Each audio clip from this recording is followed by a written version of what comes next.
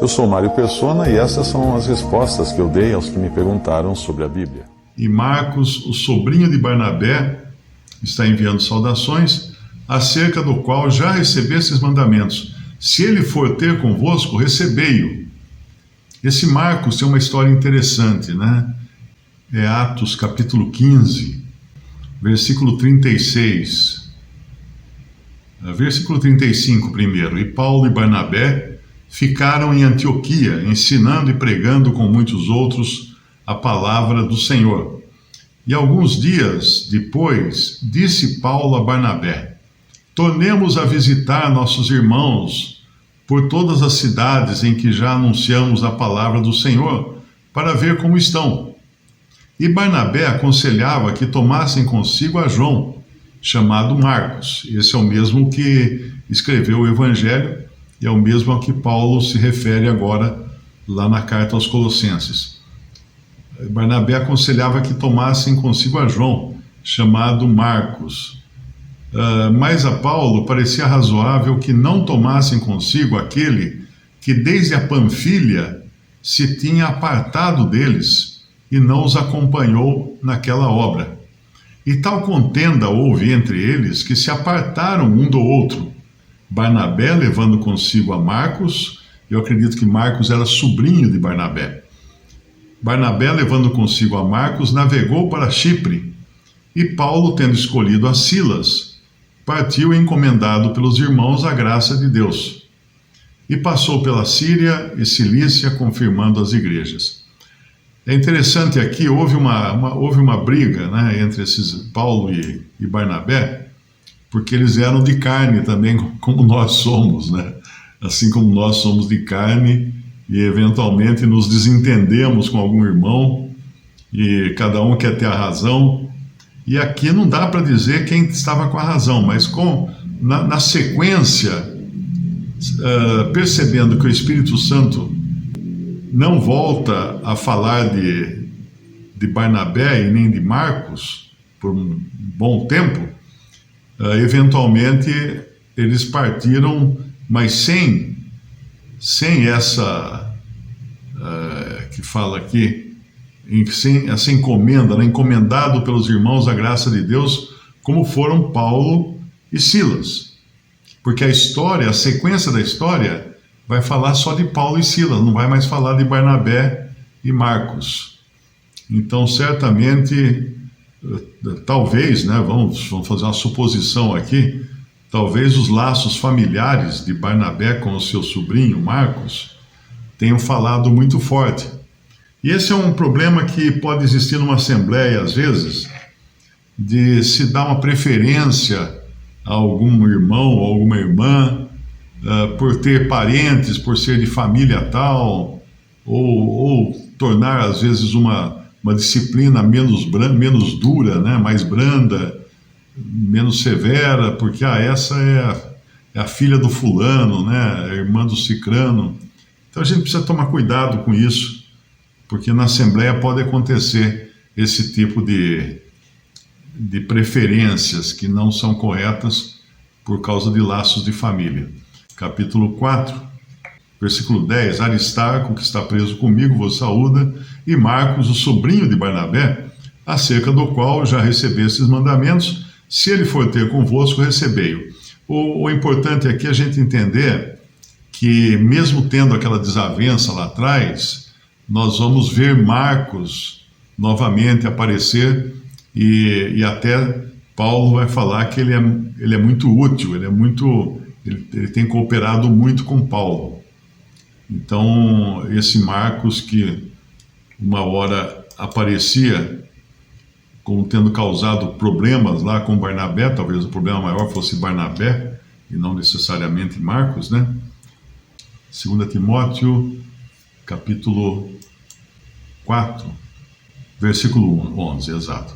Só Lucas está comigo, toma Marcos e traze-o contigo, porque me é muito útil para o ministério. Então, isso aqui é uma redenção de Marcos, podemos chamar assim, né?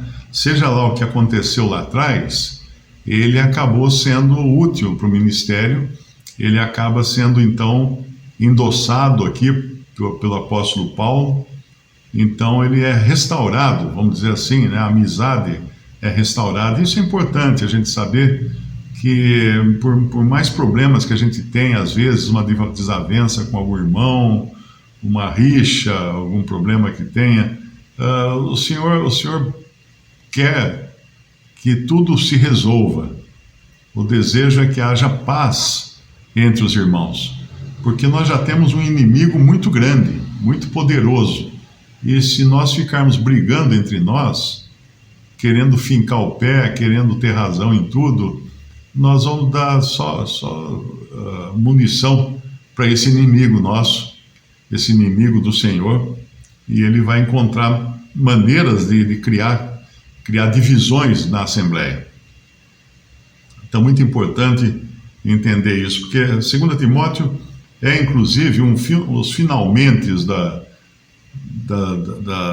ministério de Paulo, né? Porque ele mostra que até ele estava sendo abandonado por muitos irmãos que o acompanharam. Por exemplo, Demas tinha acompanhado Paulo nas suas viagens, mas nós lemos em 2 Timóteo 4,10, porque Demas me desamparou, amando o presente século. Aqui não diz que ele tenha caído em pecado, tenha se desviado, nada disso.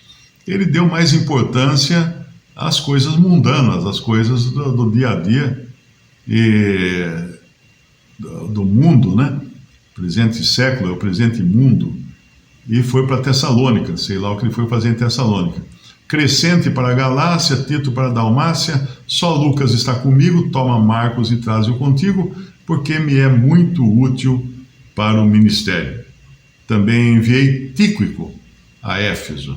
E nós voltando lá para Colossenses 4:10, nós vemos então esse Marcos, que ali parece que tinha algumas instruções a respeito dele que Paulo já tinha dado.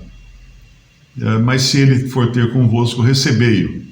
Essa é a parte importante do versículo 10. E Jesus chamado justo, os quais são da circuncisão. Ele deve estar se referindo aqui a Marcos, Aristarco, Marcos e Justo, que eles são da circuncisão porque deviam ser judeus convertidos. São esses unicamente os meus cooperadores no reino de Deus. Esses dentre os judeus convertidos, ele quer dizer aqui, né? No versículo 11. No versículo 12, saúda-vos Epáfras, que é dos vossos. O que quer dizer isso? Que ele devia ser também lá de Colossos, da Assembleia de Colossos.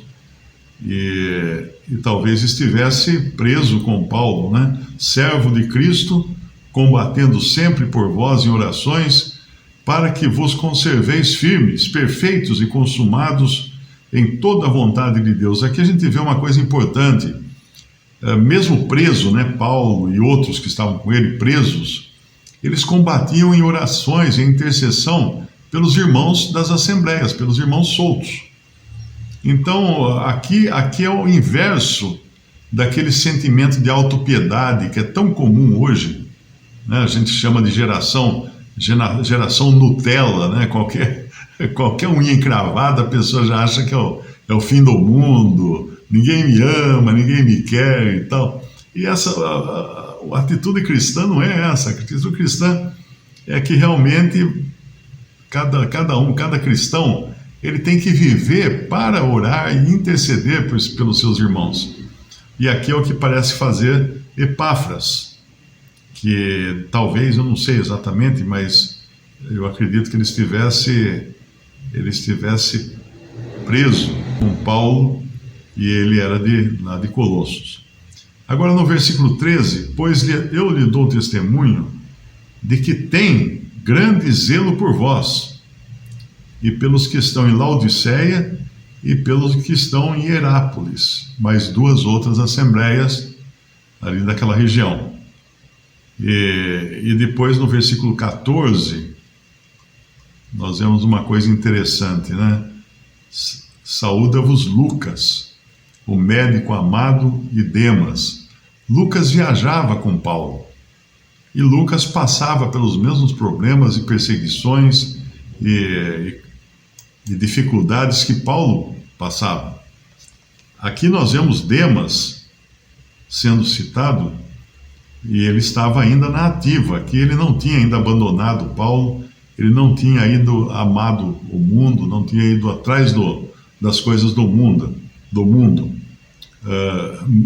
Como eu já disse, não que ele tivesse caído em pecado ou se desviado, alguma coisa assim. Não, simplesmente voltou a cuidar dos seus próprios negócios e esqueceu que um dia ele trabalhou ativamente na obra do Senhor, na obra do Evangelho, como fala lá em 2 Timóteo capítulo 4, né?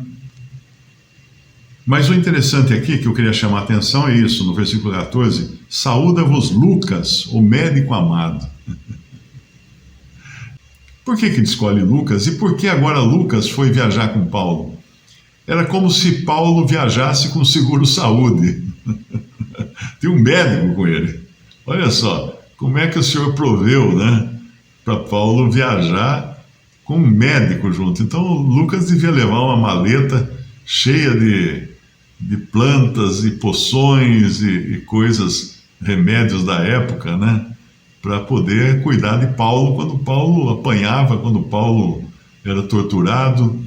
Tinha ali um médico, tinha um seguro-saúde. Paulo viajava com seguro de viagem, seguro-saúde de viagem.